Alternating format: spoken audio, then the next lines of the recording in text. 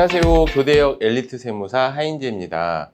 오늘은 최근에 제가 공인중개사님들 대상으로 강의를 좀 했는데, 이제 중개사님들이 막 개업해서 중개사 일을 시작할 때 사업자를 어떤 걸로 내야 할까 좀 고민을 많이 하시는 것 같아요. 그래서 오늘은 여러 가지 그 내용 중에 그냥 사업자 관련해서만 간단하게 한번 말씀을 드리겠습니다.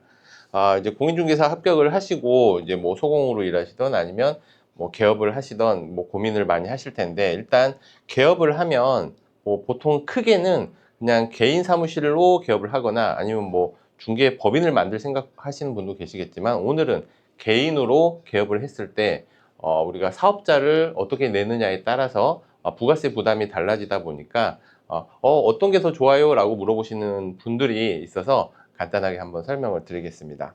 여러분들은 이제 공인중개사로 개업을 하시려면 먼저 뭐 구청이나 시청에 가서 그 중개사업읍 등록을 먼저 하셔야 됩니다. 그래서 그 등록증을 가지고 세무서에 가서 사업자 등록증을 내실 건데, 사업자 등록을 낼 때 뭐 이제 두 가지를 선택하실 수가 있어요. 하나는 처음 시작하는 분이 할 수 있는 이 간이가세 사업자, 아니면 일반적으로 하는 이제 일반과세 사업자, 둘 중에 하나를 선택해서 사업을 시작하실 수 있는데, 그럼 나는 뭘로 선택해서 하는 게 나한테 더 유리할까? 이제 이런 고민들을 할 수 있을 것 같아요. 그래서 이제 뭐 다른 업종마다 다 차이가 있겠지만, 이제 중개사분 입장에서 보면 일단 간단하게 설명을 드리면, 간이가세자는 보통 사업을 처음 시작하시는 분, 아니면 이제 사업을 이미 시작했다면 그 전년도 매출이 4,800 이하인 분들이 간이가세 사업자가 됩니다. 그래서 간이가세 사업자들은 부가세 신고 납부를 굉장히 간편하게 할 수 있기 때문에 편한 반면에, 대신 간이가세 사업자는 이제 우리가 부가세를 신고 납부할 때 매입세 공제를 받지 못하는 단점이 있습니다.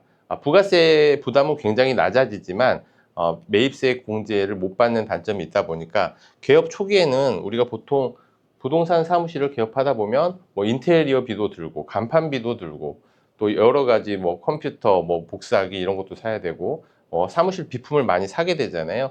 그런 비품들에 대해서 좀 목돈이 나가는데, 그 부분에 대한 매입세 공제를 받을 수 있는 건 일반과세자다 보니까, 초창기에 내가 사무실을 개업하면서 비용을 좀 많이 쓴다 싶으면 일반과세자가 더 유리하실 거예요.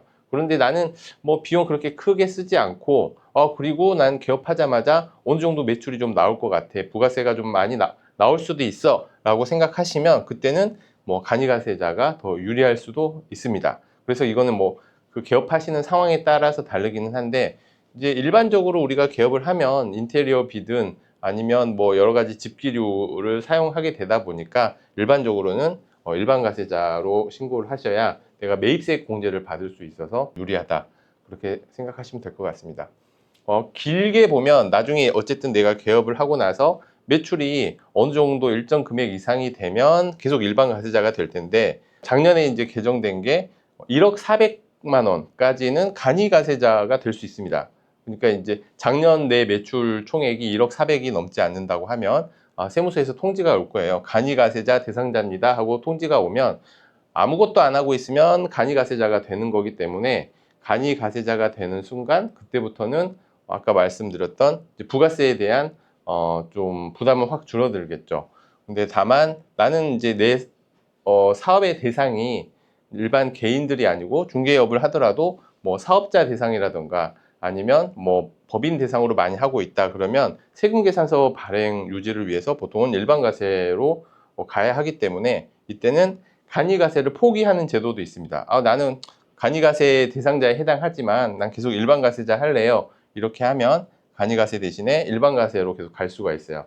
다만 단점은 한번 이렇게 포기를 하면 3년 동안은 이 간이과세로 못 돌아가고 3년 동안은 일반과세를 계속 유지해야 됩니다.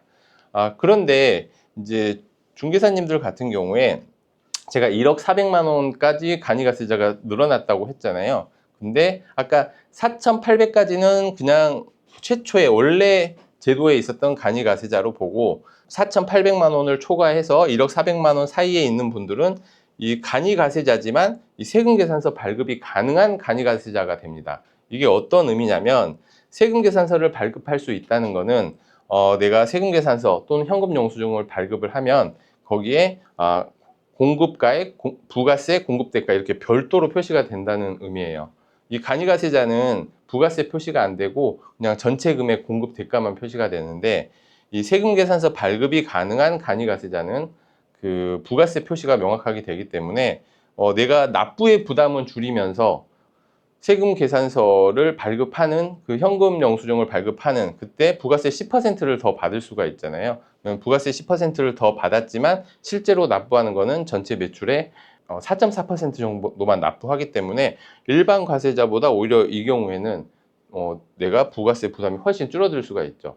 그래서 계속 내가 일을 하다가 간이가세 세금계산서 발급이 가능한 간이가세자로 변동이 온다면 뭐 일반 과세보다 이게 더 좋을 수도 있습니다. 어쨌든 요 세 가지 종류의 사업자로 처음 신청할 때는 요거는 안 되고 일단 간이가세 아니면 일반 과세로 가지만, 중간에 변동이 된다고 하면 이때는 그때 자기 본인의 상황에 맞춰서 그 사업자를 선택을 하시면 되겠습니다.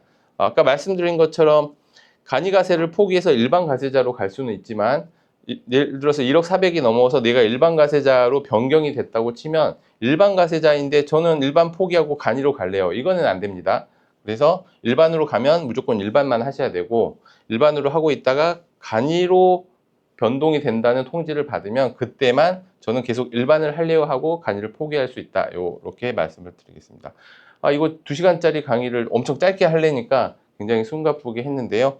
오늘은 요 처음에 사업자를 선택하는 부분에 대해서 한번 말씀을 드리고, 이거에 대해서 좀 자세히 알고 싶은 분은 제가 좀 길게 강의하는 게 있으니까 그거 보고 참고해 보시면 좋겠습니다. 감사합니다.